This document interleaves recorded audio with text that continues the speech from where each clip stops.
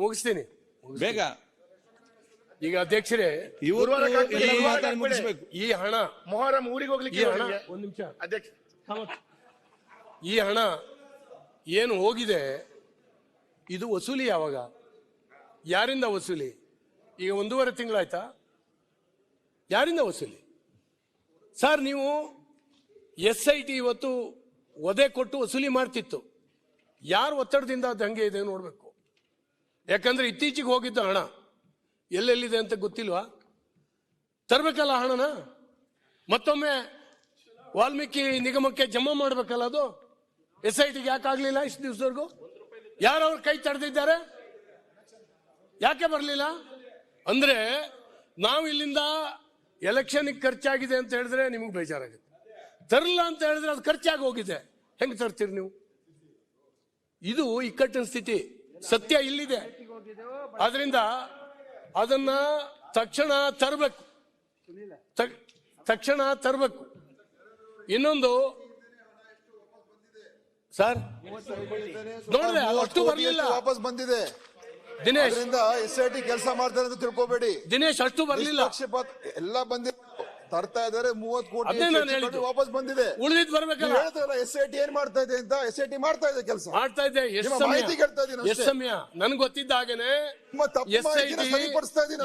SIT ಈ ಹಣ ವಸೂಲಿಯನ್ನ ಕೈ ಬಿಟ್ಟಿದೆ. ಯಾಕೆಂದ್ರೆ ಯಾರು ತಗೊಂಡೋಗಿ, ದಿನೇಶ್ ಇಲ್ಲಿ ಕೇಳಿ, ನಾನು ಹೇಳೋದು ಕೇಳಿ, ಯಾರು ತಗೊಂಡೋಗಿ ಇಟ್ಕೊಂಡಿದ್ರೋ ಹಣವನ್ನ SIT ತಂತು. ಯಾರು ತಗೊಂಡೋಗಿ ಎಲೆಕ್ಷನ್ ಖರ್ಚು ಮಾಡಿದಾರೋ ಯಾರು ತಗೊಂಡ್ ಬರೋದು? ಇದು ಪರಿಸ್ಥಿತಿ, ಇದು ಪರಿಸ್ಥಿತಿ. ಆದ್ರಿಂದ ಮುಂದಕ್ಕೆ ಹೋಗಿ ನಾನು ಇವತ್ತು ಕೂಡ ಬೆಳಿಗ್ಗೆ ಆ ತೀರ್ಕೊಂಡಂತ ಚಂದ್ರಶೇಖರನ ಪತ್ನಿ ಹತ್ರ ಮಾತಾಡಿದೆ. ಮಾನ್ಯ ಮುಖ್ಯಮಂತ್ರಿಗಳು ಗಮನಿಸಬೇಕು. ಮೊನ್ನೆ ನಮ್ಮ ನಾಯಕರು ಕೂಡ ಹೇಳಿದ್ರು, ಆ ಅಮ್ಮ 10,000 ರೂಪಾಯಿಗೆ ಯಾವುದೋ ಒಂದು ಪ್ರೈವೇಟ್ ಇದರಲ್ಲಿ ಕೆಲಸ ಮಾಡ್ತಾ ಇದ್ದಾಳೆ. 8,000 10,000 ಕೆಲಸ ಮಾಡ್ತಾ ಇದ್ದಾಳೆ. ಅದರಲ್ಲಿ ಬರಬೇಕು, ಊಟ ಮಾಡಬೇಕು. 7 ತಿಂಗಳು ಸಂಬಳ ಆಗಿರಲಿಲ್ಲ 9 ಜನಕ್ಕೆ ನಿಗಮದಲ್ಲಿ. ನೀವು ಗಮನಿಸಬೇಕು, ಯಾರು ನಿಗಮವನ್ನು ಮೇಲುಸ್ತುವಾರಿ ನೋಡ್ತಾ ಇದ್ದಾರೆ. ಅವನು ಯಾರ? ಪದ್ಮನಾಭನ್ ಅವರಿಗೆ 50,000 ರೂಪಾಯಿ ಕೊಟ್ಟರ ಮೇಲೆ ಶಿವಕುಮಾರ್ ಅವರೇ ಸಂಬಳ ಕೊಟ್ಟ. ಹೀಗೆ ಇಂಥ ಮೃಗಗಳನ್ನೆಲ್ಲ ಅಲ್ಲಿ ಇಟ್ಕೊಂಡು ಬಡವರು ಉದ್ಧಾರ ಮಾಡಲಿ, ದಲಿತರು ಉದ್ಧಾರ ಆಗಲಿ ಅಂತೇಳಿ ಹೇಳಿ ಇಟ್ಕೊಂಡ್ರೆ ಏನು ಉದ್ಧಾರ ಮಾಡ್ತಾರವರು? ಏನಾಗ್ತದೆ ಹೇಳಿ? ಇವತ್ತಿಗೂ ಕೂಡ ನಾವೆಲ್ಲ ಹೋಗಿ ಮಾತಾಡ್ಸ್ಕೊಂಡು ಬಂದಿದ್ದೀವಿ. ಮಾನ್ಯ ಪರಮೇಶ್ವರ್ ಅವರು ಹೋಗಿದ್ದಾರೆ, ಮಾನ್ಯ ಕುಮಾರ್ ಬಂಗಾರಪ್ಪನವರು, ಮಧು ಬಂಗಾರಪ್ಪನವರು ಹೋಗಿದ್ದಾರೆ, ಎಲ್ಲರೂ ಹೋಗಿದ್ದಾರೆ, ನಮ್ಮ ನಾಯಕರು ಹೋಗಿದ್ದಾರೆ, ನಾವೆಲ್ಲ ಹೋಗಿದ್ದೀವಿ. ಬರೀ ಹೋಗಿ ಬಂದ್ರೆ ಸಾಲದಲ್ಲ, ಸರ್ಕಾರದ ಕಡೆಯಿಂದ ಒಂದು ಕುಟುಂಬಕ್ಕೆ, ಯಾಕಂದ್ರೆ ಅವನು ಅವಮಾನಕ್ಕಾಗಿ ಆತ ಜೀವ ಕಳ್ಕೊಂಡೇ ಹೋಗಿದ್ರೆ ಇಲ್ಲಿ ನಾವು ಚರ್ಚೆ ಮಾಡೋ ಅವಶ್ಯಕತೆನೇ ಬರ್ತಿರ್ಲಿಲ್ಲ. ಈಗಾಗಲೇ ಬಿಲ್ಗಳು ಸೃಷ್ಟಿ ಆಗ್ತಾ ಇತ್ತು. ಗೋವಾಕ್ಕೆ ಕರ್ಕೊಂಡೋಗಿ ಬಿಲ್ಲಿಗೆ ಇದು ಮಾಡು ಅಂತೇಳಿ ಹೇಳಿ ಅವನು ಹಿಂಸೆ ಕೊಟ್ಟಿದ್ದು ಬಂದು ಭಯ ಆಗೋಯ್ತು ಅವನಿಗೆ. ಆತ್ಮಹತ್ಯೆ ಮಾಡ್ಕೊಂಡ. ಅವನು ಹೇಳ್ದ, ನಾನು ಹೇಳಿ ಅಲ್ಲ, ಆದರೆ ಮಾನಕ್ಕಾಗಿ ಸಾಯ್ತೀನಿ ಅಂತ. ಇಂಥ ವ್ಯಕ್ತಿಗಳಿಗೆ, ಇಂಥ ಸರ್ಕಾರಿ ನೌಕರಿಗೆ, ಅವರ ಕುಟುಂಬಕ್ಕೆ ಒಂದು ಆಧಾರ ಕಳಿಸ್ಕೊಟ್ಟು ನೀವೊಂದು ಮೆಸೇಜ್ ಕೊಡ್ಬೇಕಲ್ಲ. ಈ ರೀತಿ ಪ್ರಾಮಾಣಿಕವಾಗಿ ಬದುಕು, ನೀನು ನಿನ್ನ ಜೊತೆಗೆ ಸರ್ಕಾರ ಇದೆ ಅಂತ ಹೇಳ್ಬೇಕಲ್ಲ ನೀವು. ಈ ಕೆಲಸ ಆಗಬೇಕು. ಇವತ್ತಿಗೂ ಅವನ ಕುಟುಂಬಕ್ಕೆ ಒಂದು ಪೈಸಾ ಹೋಗ್ಲಿಲ್ಲ, ಬಾಕಿ ಇರುವಂತ ಸಂಬಳ ಹೋಗ್ಲಿಲ್ಲ, ಏನೇನೂ ಆಗಲಿಲ್ಲ. ಹಾಗಾಗಿ ಅದನ್ನು ತಕ್ಷಣ ಕೊಡಬೇಕು. ಮತ್ತೆ ನಾನು ಹೇಳಿದ್ದೀನಿ, ನಮ್ಮೆಲ್ಲ ನಾಯಕರು ಹೇಳಿದ್ದಾರೆ, ನಿಮಗೆ ಅದರ ಬಗ್ಗೆ ಇದ್ರೆ, ಯಾಕಂದ್ರೆ ದಲಿತರು, ಅಲ್ಪಸಂಖ್ಯಾತರು, ಹಿಂದುಳಿದ ವರ್ಗದವರು, ನಾನು ಹೇಳ್ತೀನಿ, ಲಾಸ್ಟ್ ಹೇಳ್ತೀನಿ ಅಧ್ಯಕ್ಷರೇ.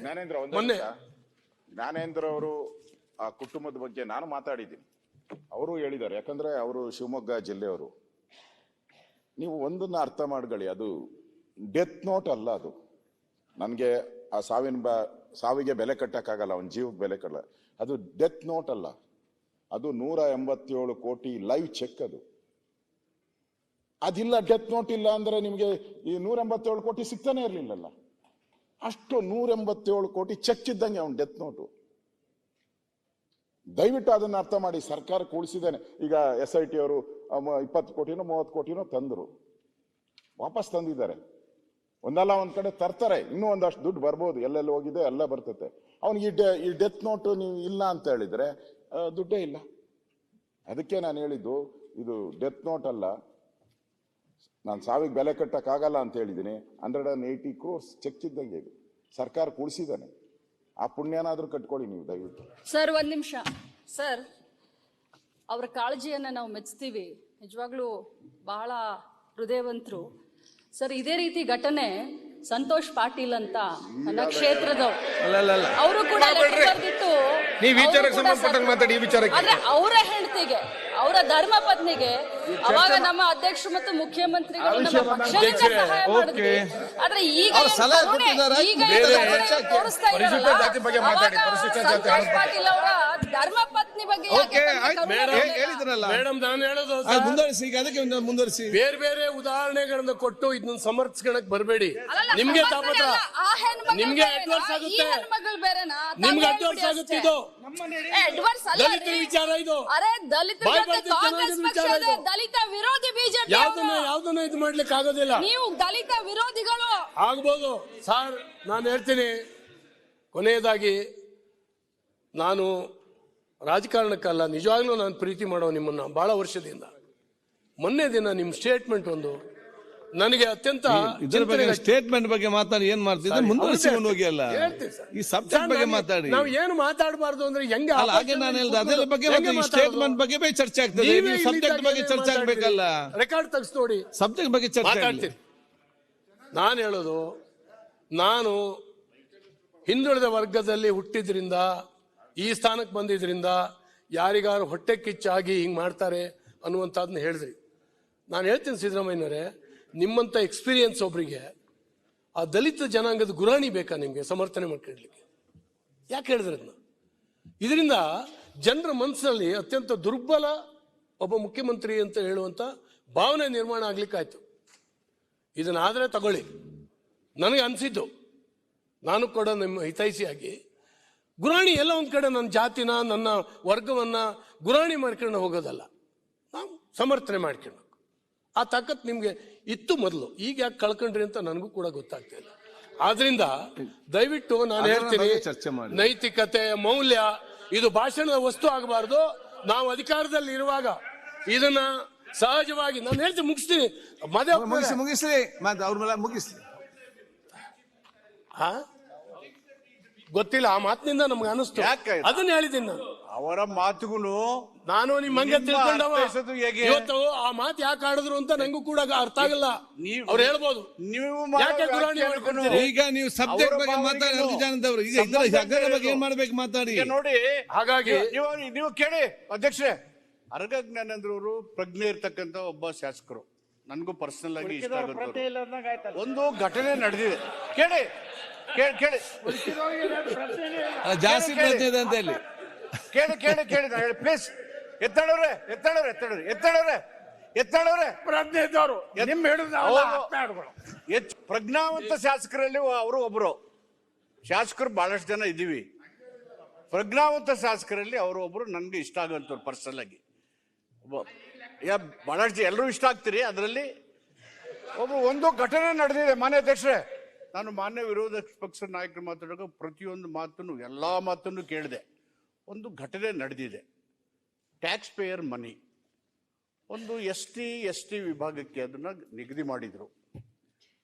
ಅಲ್ಲಿ ಆ ನಿಗದಿ ಆದಂತ ಹಣ ಅಧಿಕಾರನೋ ರಾಜಕಾರಣದಿಂದನೋ ಬೇರೆ ಕಡೆ ಹೋಗಿದೆ. ಹೋದಂತ ಸಂದರ್ಭದಲ್ಲಿ ಅಲ್ಲೇ ಇದ್ದಂತ ಒಬ್ಬ ನಿಷ್ಠಾವಂತ ಅಧಿಕಾರಿ ಅವನು ಸಾವನ್ನ ಹೊಂದಿದ್ದಾನೆ. ಹೋಗುವಾಗ ಅವನೇ ಏನು ಬರೆದಿಟ್ಟಿದ್ದಾನೆ. ಸೊ ಇದು ಯಾರು ಕೂಡ ಇದು ಸರಿ ಅಂತ ಹೇಳುವಂಥ ಘಟನೆ ಅಲ್ಲ, ಕರೆಕ್ಟ್ ಆಗಿದೆ ಅಂತ ಹೇಳೋ ಘಟನೆನೂ ಅಲ್ಲ. ಅದನ್ನು ವಿರೋಧ ಪಕ್ಷವಾಗಿ ಸಹಜವಾಗಿ ಇದನ್ನು ಎತ್ತಿದ್ದಾರೆ. ಈ ಎಲ್ಲ ನಡವಳಿಕೆಗಳಿಗೆ ಕಾರಣಗಳೇನು, ಇಲ್ಲಿ ಯಾರ್ಯಾರು ಕಾರಣೀಭೂತರಾಗಿದ್ದಾರೆ, ಈ ಹಣ ಎಲ್ಲೆಲ್ಲಿ ಹೋಗಿದೆ, ಹೇಗೋಗಿ ಹೋಗಿದೆ, ಟ್ಯಾಕ್ಸ್ ಪೇಯರ್ ಮನಿನ ಯಾವ ಅಭಿವೃದ್ಧಿಗೆ ಬಳಸಿದ್ವಿ ಇಲ್ಲ, ಅದು ಹೇಳ್ತಾ ಇಲ್ಲ. ಇದು ದಲಿತರ ಹಣ, ಸರ್ ನಾಳೆ ರೈತರಿಗೆ ಮೋಸ ಹೇಳಿ ಸರ್ ಆಯ್ತು ನಾಳೆ ಮತ್ತೆ ಅರಗ ಜಾನೇಂದ್ರ ನಾನು ಏನ್ ಹೇಳ್ತೀನಿ, ಎಕ್ಸ್ಟೆಂಡ್ ಮಾಡಿ ಎಲ್ಲಿ ಈಗ ಆಡಳಿತಾತ್ಮಕ ವೈಫಲ್ಯಗಳಿದ್ದಾವೆ, ಎಲ್ಲಿ ದುರುಪಯೋಗ ಆಗಿದೆ, ಯಾರು ಕಾರಣೀಭೂತರು, multiple agencies are looking into the matter seriously, right from the government of India as well from the state government. Okay ಇಬ್ಬರು ಅನುಭವಿ ಹೋಮ್ ಮಿನಿಸ್ಟರ್ಗಳಾಗಿದ್ದವರು ಅವರೇ ಗೃಹ ಕ್ರಾಂತಿಗಳನ್ನು ನಡೆಸಿ ಇದೇ ಮನೆಯಲ್ಲಿ ಘಟನೆಗಳು ಬಂದಾಗ ಅವರ ನಿರ್ಧಾರಗಳನ್ನು ಬೆಂಬಲಿಸಿದ್ದಾರೆ. ಈ ಕಡೆ ಬಂದು ಅವರೇ ಅದನ್ನು ಟೀಕೆ ಮಾಡಿದ್ರೆ ಹೇಗೆ? Are we demoralising our own police authorities people? ಚೇರ್ ಮಿಸ್ಟೇಕ್ ಈಗ ಮಾತಾಡಿ. ಡಿಮಾರಲೈಸಿಂಗ್ ಅಲ್ಲಿ ಮೈ ಪಾಯಿಂಟ್ ಈಸ್, ಈ ಅಲ್ಲ ಉಪಮುಖ್ಯಮಂತ್ರಿಗಳು ಹೇಳಿಕೆಯಿಂದ ಡಿಮೋರಲೈಸ್ ಆಗಲ್ವಾ ಪೊಲೀಸರಾಗಾದ್ರೆ? ಏನು ಕ್ರಮ ತಗೋಬೇಕು? ಮಂತ್ರಿ ಅವರು ಮಾತಾಡಲಿ, let them finish. Araga Jnana mean Araga ಮುಗಿಸ್ಲಿ. Never hesitate. Araga Jnana don't mix politics. Araga Jnanendra ಅಲ್ಲ ಒಬ್ರು ಸಚಿವರು ಮಾತಾಡಕತ್ತಾರೆ, ಕುತ್ಕೊಳ್ಳೋಕೆ ನಿಮಗಿಲ್ವಾ? ನ್ಯೂಸ್ ಫಸ್ಟ್ ನಿರ್ಭೀತಿಯಿಂದ ನಿಮ್ಮ ಪರವಾಗಿ.